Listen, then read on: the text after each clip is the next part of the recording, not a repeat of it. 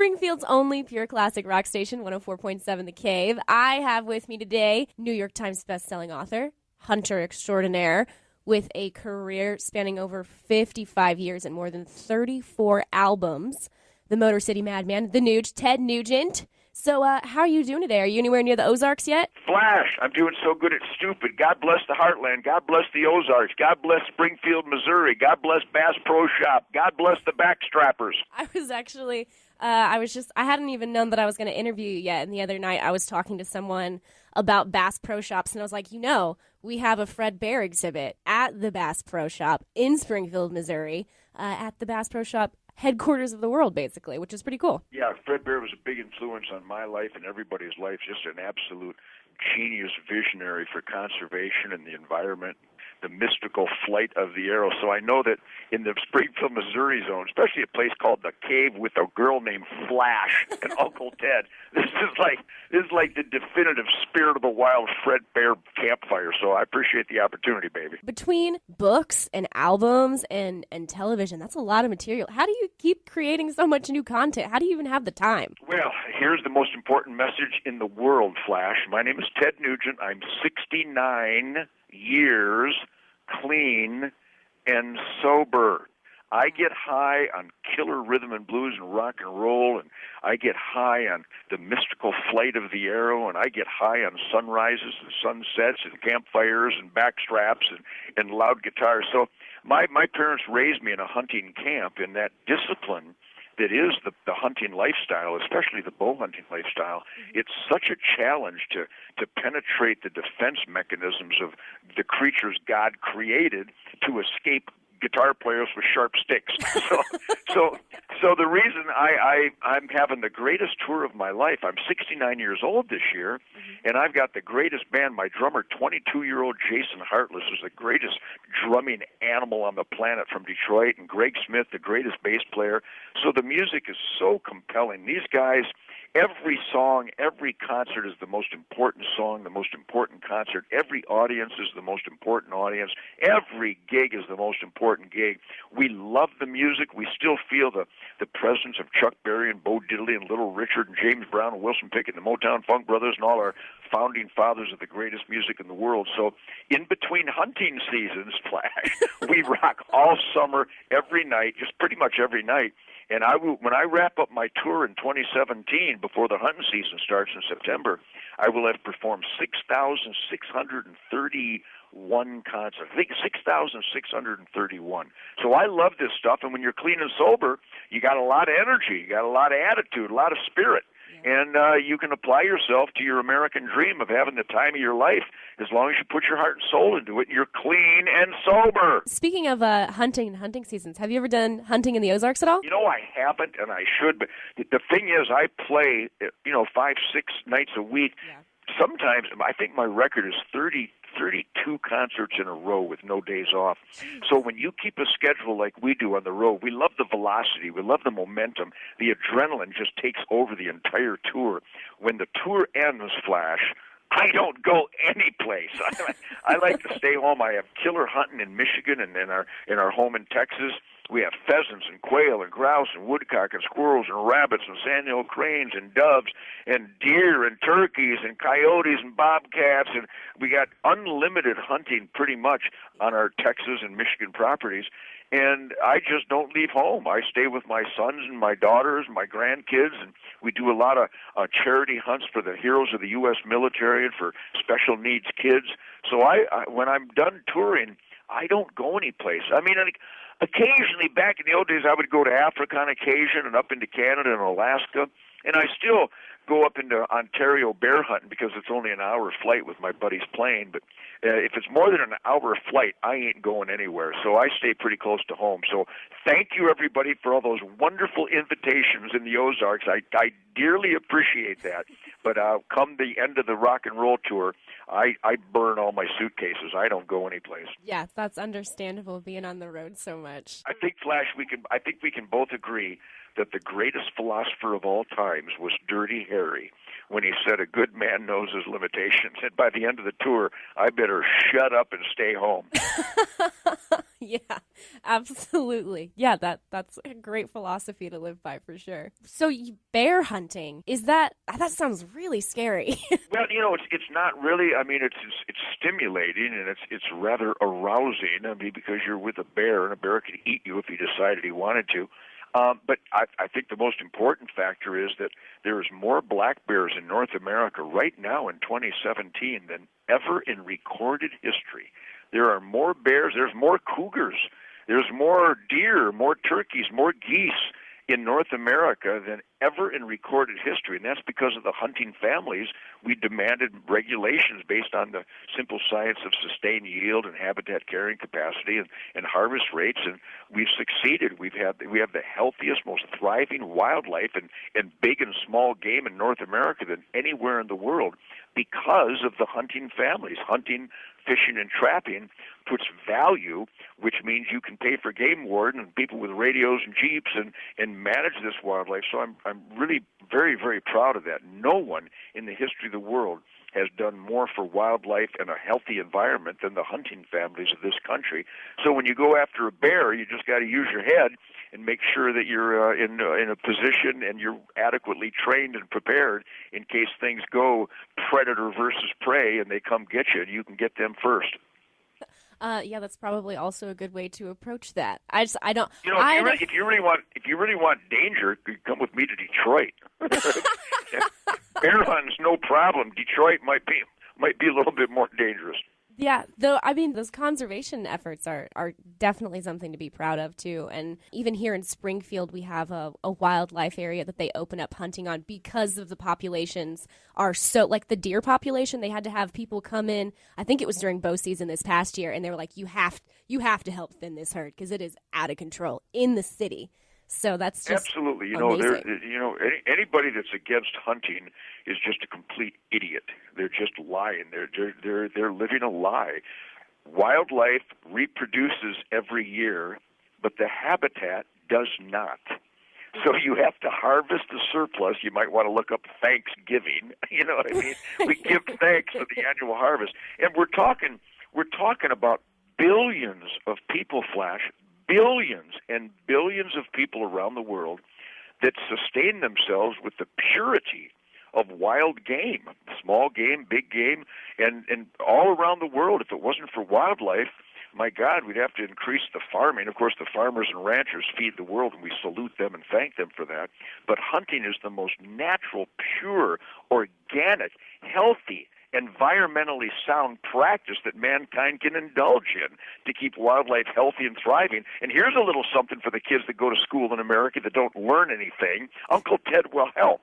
And I will tell you right now that if you want quality of life, it will only come from quality air, soil, and water, which can only come from wildlife habitat, which can only be safeguarded and paid for with hunting, fishing, and trapping licenses. Hello! Yeah, that's a really good point. How about the fact that it took the author of Wango Tango to bring that up, and that no education system in the United States teaches those fundamental scientific truisms to kids. So you got a bunch of dirtballs graduating from school in some places in America that actually believe that animals have rights. I mean, how sick and twisted and demented do you have to be to think that animals have rights? Would that be before the barbecue or after the barbecue? I don't know.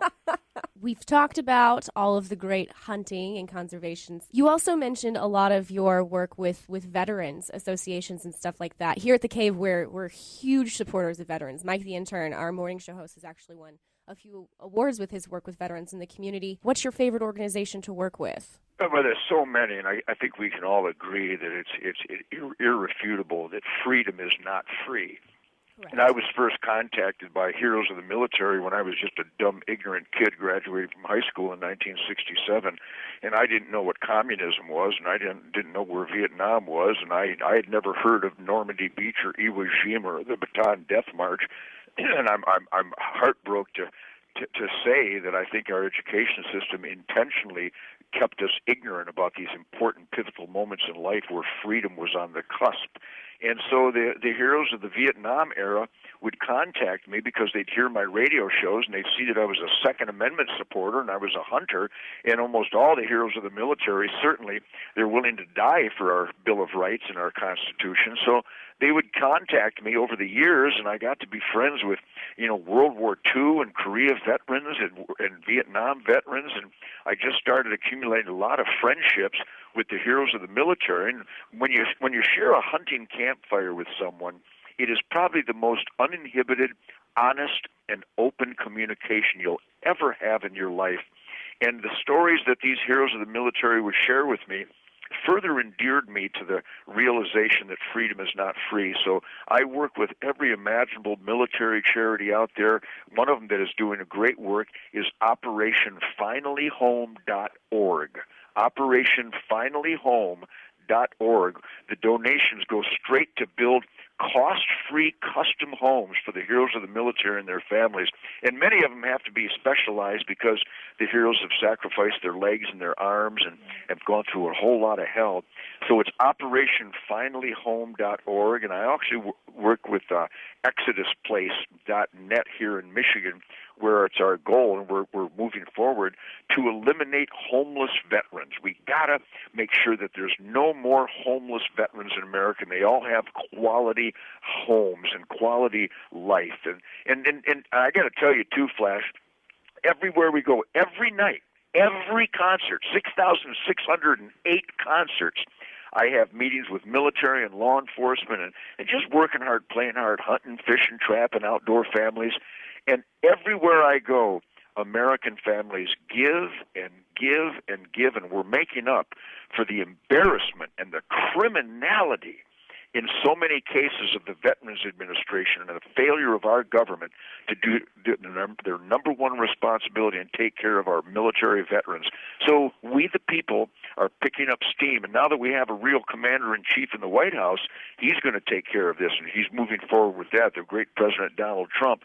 So everybody out there, if they would go to my website, go to tednugent.com, and you'll see some of these different charities where we make sure that every donation goes right to the cause for the U.S. military heroes and their families. But they can start by going to OperationFinallyHome.org. It's a great, great military charity.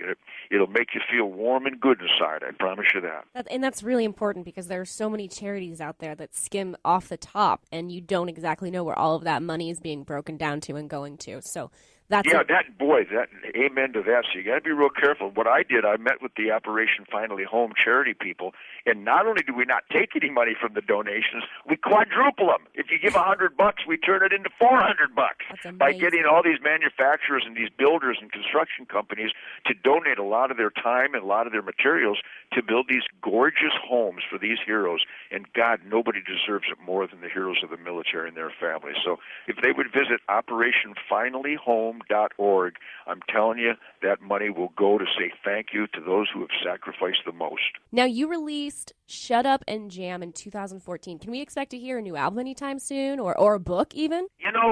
We rock and roll like idiots every night. I mean, the velocity of my tour would cause most people to blow up. And when the tour ends, if I don't climb a tree and stab a deer, I might go nuts. So it's hard to say. I've got a bunch of killer songs. In fact, all my songs have always erupted from jam sessions and just, playing with the guys, and all of a sudden we get this groove and this grind and these patterns going. Every one of my songs came from a spontaneous jam. Many of them were recorded, spontaneously, and then I figured out a title and sang words.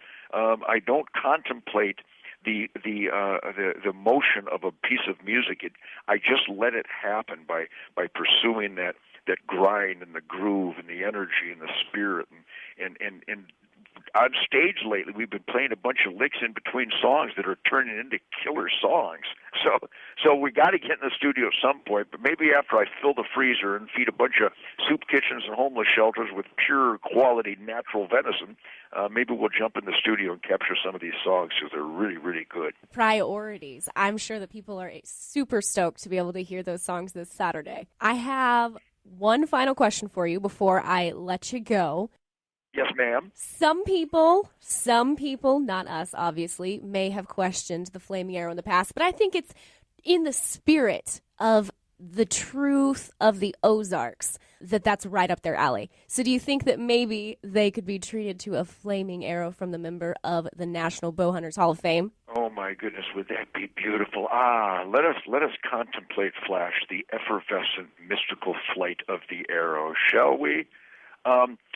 I got my bow and arrow on the road with me. I'm always experimenting with these Matthews bows. Getting ready for the hunting season. I shoot 100 arrows every day. Oh, wow. And I've got some new Matthews with me and some old Fred Bear bows that I shoot some old recurves and longbows. Yet we don't do a flaming arrow maneuver on stage these days, but I can't guarantee it won't happen. I mean, I might just randomly grab my bow and start flinging arrows into amplifiers or something. But boy, when I used to do that, I used to shoot a flaming arrow into some stage props, and God, nobody can get away from the excitement of a pretty arrow. I mean, even when you watch the Olympic archers on TV, you really feel like you're part of the flight of the arrow. And that really is the essence of archery. You have to be the arrow. You don't shoot the arrow. You're supposed to be the arrow, and you never know. I've seen the videos, and it's absolutely insane. But I think... It's insane. I'm insane. You're insane. Rock and roll's insane. It's good. It's good insane. Yes, insane as in great. I've seen the videos in there. That's right. Insane like a wonderful barbecue around the campfire with family and friends. That kind of insane. You're damn right. Yes, exactly. It's fantastic. And I know that for a fact, people in the Ozarks, that is exactly the kind of thing that they would go insane for. So well, I guarantee you, when my boys unleash these songs, I got the best songs in the world. We got the best sound in the world. Greg's bass and Jason's drums and my guitar. I mean, if I wasn't in this band, Flash, I'd buy tickets and go see him every night. That's great. That's great. And there you have it, folks. He's going to be at the Ozarks Amphitheater in Camdenton for the Ted Nugent Rockin' America Again tour with the Kentucky Headhunters this Saturday. Thank you so much, Ted Nugent, for joining me today. It's been an absolute pleasure. Thank you, Flash. God bless Springfield, Missouri. God bless America. Live it up, rock and roll, and barbecue like you mean it, baby.